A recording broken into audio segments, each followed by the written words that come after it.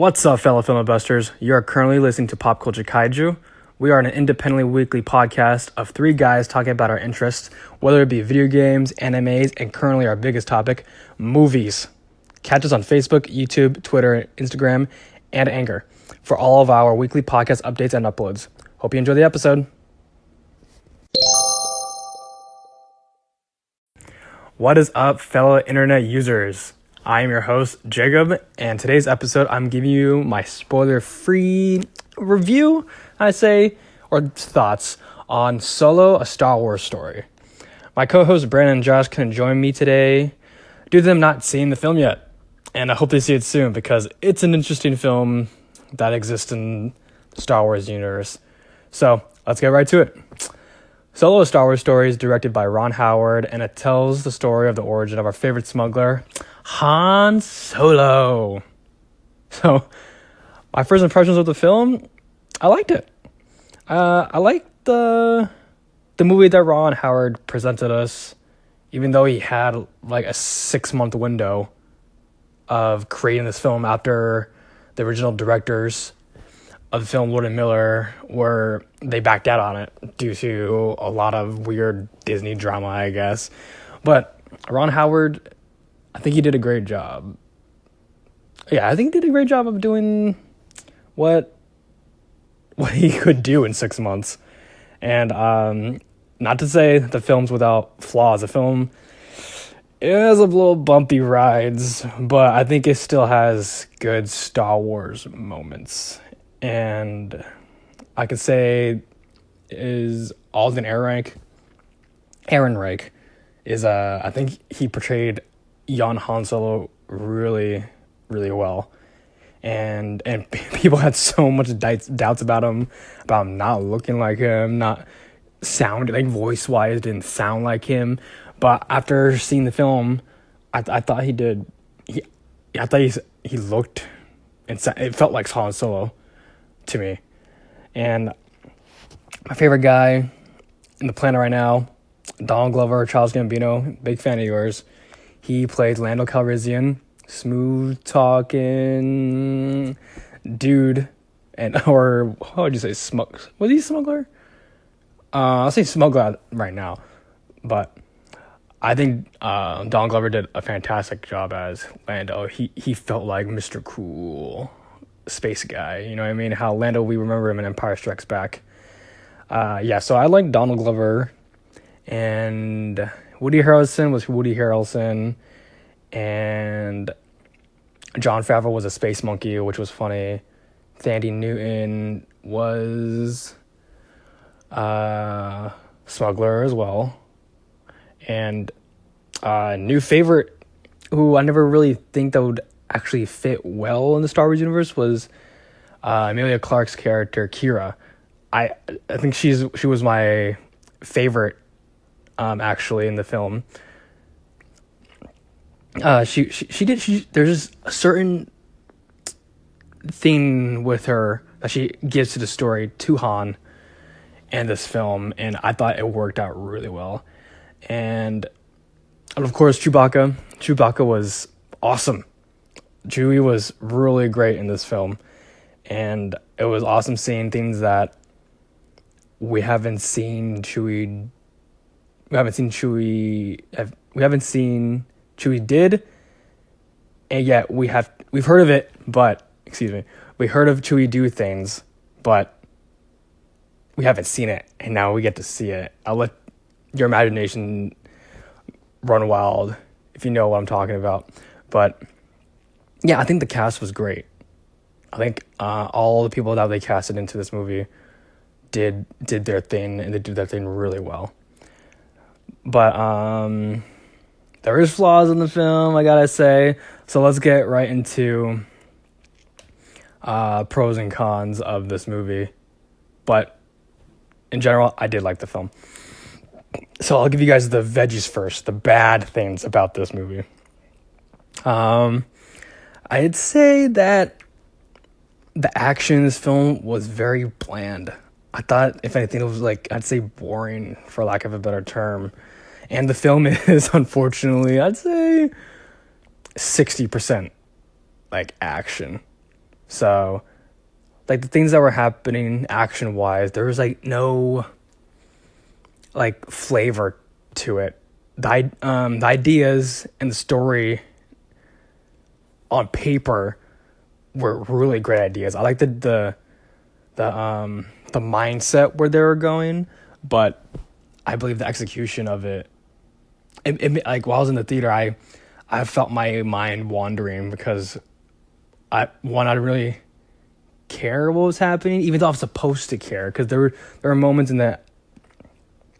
the film that were it was deemed to be important, but I just found myself just mindlessly watching. Like I went blank for a little bit because this stuff was the action was boring, and there's like no oh crap moment in this film action wise. One, Chewie and Han are gonna live, so there's really no stakes in that.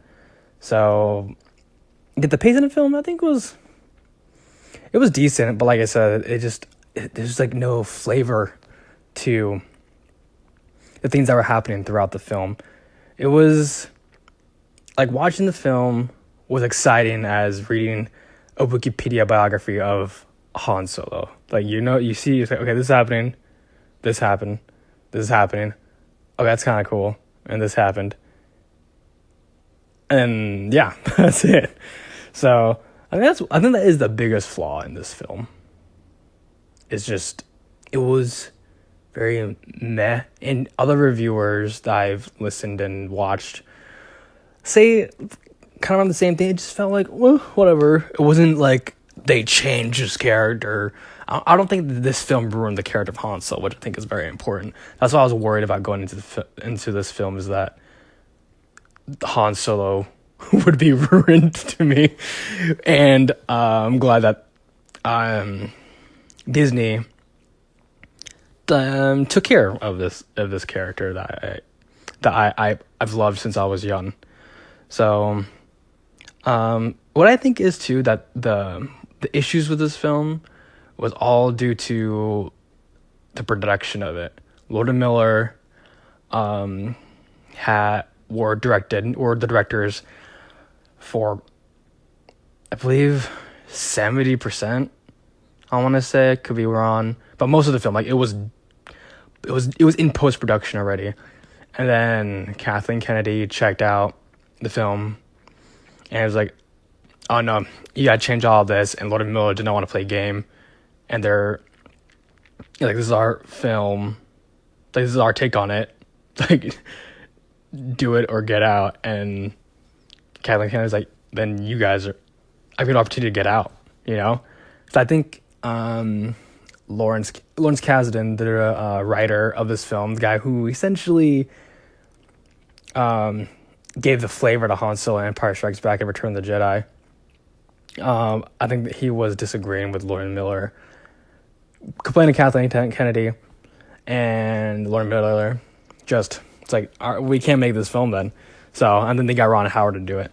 So I think that, long story short, so I rambled a lot on this explanation, but I think that either if Lord and Miller was still on this film directly, it could have been a good film, a better film, because the focus was there, or if Ron Howard was here since day one.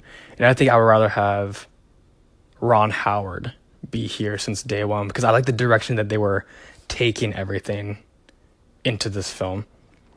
It had a good mindset, but there was the excitement wasn't really there action-wise. So I think that was the biggest flaw. One of the biggest issues that this film had to undertake was the production of it was so messy that the film took a major hit on it. And I think also to put my 2 cents in, is that I think an issue with this film is that it's a Han Solo film, not played by Harrison Ford. Not to say that Alden Ehrenreich was a bad Han Solo. I thought he was great. I thought he felt like Han Solo to me, but I feel no one will ever be pleased with this film, or a lot of people will not be pleased because this is not Harrison Ford. You're trying to essentially rewrite history with someone that everyone grew to love, and you're trying to make the same love for this person, this new person, Alden, to play Han Solo, and Harrison Ford is Han Solo. So I think that's one of the biggest issues that people are going to have with this. That's why people hate this film, or hate the idea of this film, is because Han Solo is Harrison Ford, and people don't want to play a game like that. Like, don't want mess with nostalgia with it, and people are scared of change, you know. And I also think that the existence of this film, of just having a Han Solo film, it's immediately put into a box it's put into a box of the connection of the other saga films, you know, that it will you have to do references here, references there, to Han Solo in A New Hope, essentially, and all other saga films, and essentially this film could be just not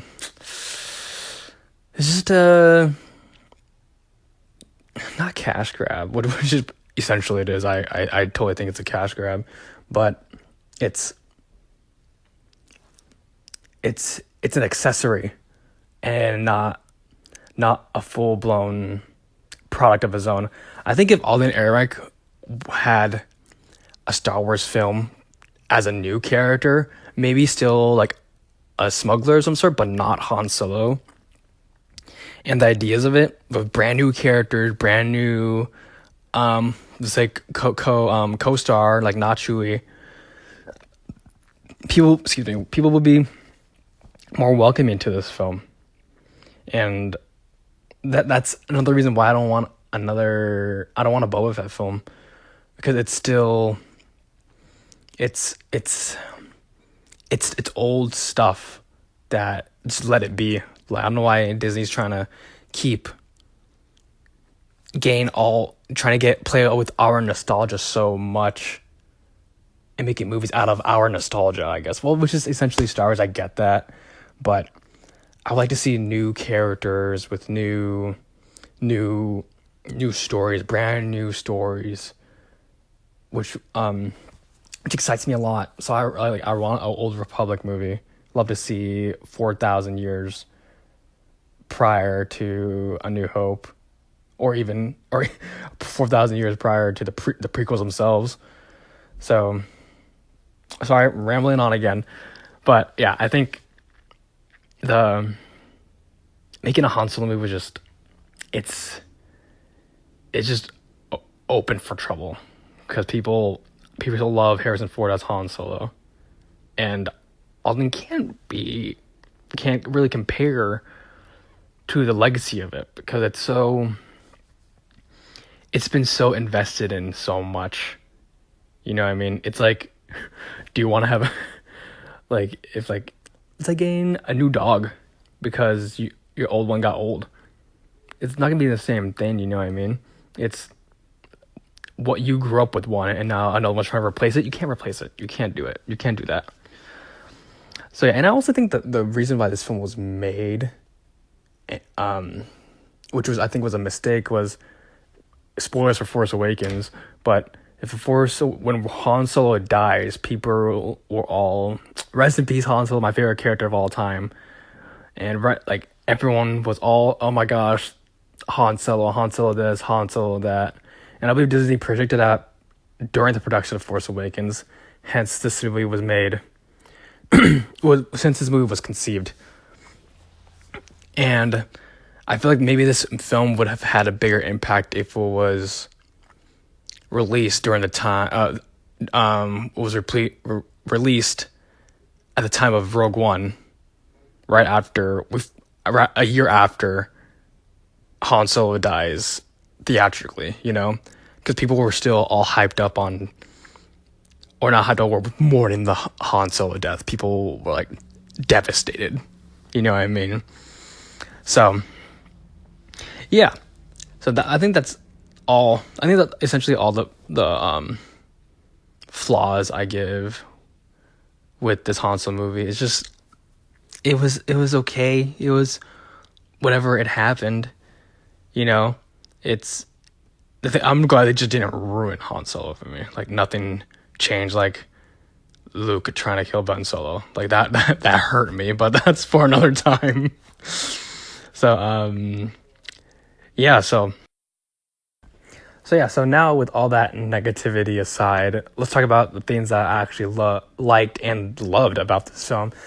Was I think most importantly about this film is this film felt like Star Wars. Like it felt like a really fun adventure with a charismatic lead, you know, and all the characters, the whole cast, I think, was very well casted. I like I said before, Alden, I feel like was a great Han Solo, and he's not a Harrison Ford, but he is Han Solo, which I think is the most important. He made it his own. He felt like Han without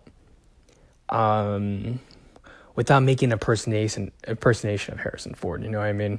He felt like Han Solo, which I felt was, I think the cast is the perfect person to play Han, as opposed to that Anthony Gruber guy. Like he was a good impersonator of Harrison Ford, but I think Alden he was able to take the lead role, make it his own, and actually still feel like Han Solo, which I applaud you, Alden Ehrenreich. And Lando, great. Childish Gambino, coolest dude ever, I'd say. And he did a great Lando. And Kira is a new favorite of mine. Like I said, I thought she was Emilia Clarke was really awesome in this film. I was surprised about how awesome she was. I think she stole the show from me, to be honest. And yeah, I think the thing I liked about this film was how Han was, how he was interacting with all the other characters, even like side characters, like an Imperial officer, like how he was talking, like it felt like Han Solo. And I think that's just super important that, yeah, Han would do that, you know? Excuse me. But yeah, I think it was, all the things I liked about this film was how Han Solo, Alden Ehrenreich portrayed how Han Solo interacted with people, and the cast was great. And Paul Bettany. Paul Bettany was, I thought he was really good. I don't know why other reviewers say like he was okay. I thought he was great as a villain. Yeah, he was in there for a lot of it, but whenever he was on screen, I was pretty nervous when watching, because he was pretty frightening, you know. So Paul Bettany was great as Dryden Voss. He was he played a good gangster, mafia type character. But yeah, I like Paul Bettany as a villain too. I hope he does more villain roles. So, and I'd say, like I said, like earlier, I said that it was mostly boring. Not boring. It was bland. It was meh. Like it was worth a watch. But the last 10 minutes of the film, I thought it was, whoa! It blew. I thought it was everything I wanted in a Han Solo film and more. There's a special treat in there within the last 10 minutes of the movie, or even the last 3 minutes of the movie. But yeah, the last 10 minutes, I was like, man, I wish the whole movie was like this. And which is unfortunate, which I think Ron Howard, or if they had one director or just a constant director the whole time, I feel like they could have made this movie just that much better, because the 10 minutes was great. I want to watch the film again because of the last 10 minutes, because it was just so good. So yeah, so that's my spoiler-free review of Solo, a Star Wars story. And coming from a huge Star Wars fan, I liked it.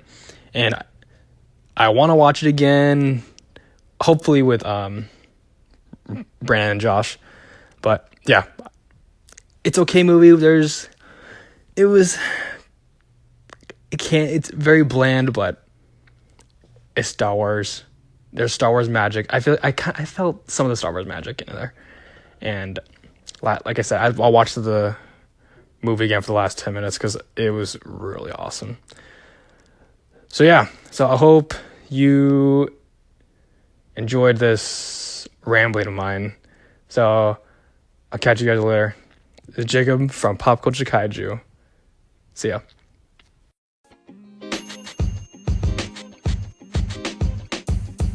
The podcast you just heard was recorded with Anchor. If you want to make your own, download the Android or iOS app completely free from anchor.fm/podcast. That's anchor.fm/podcast.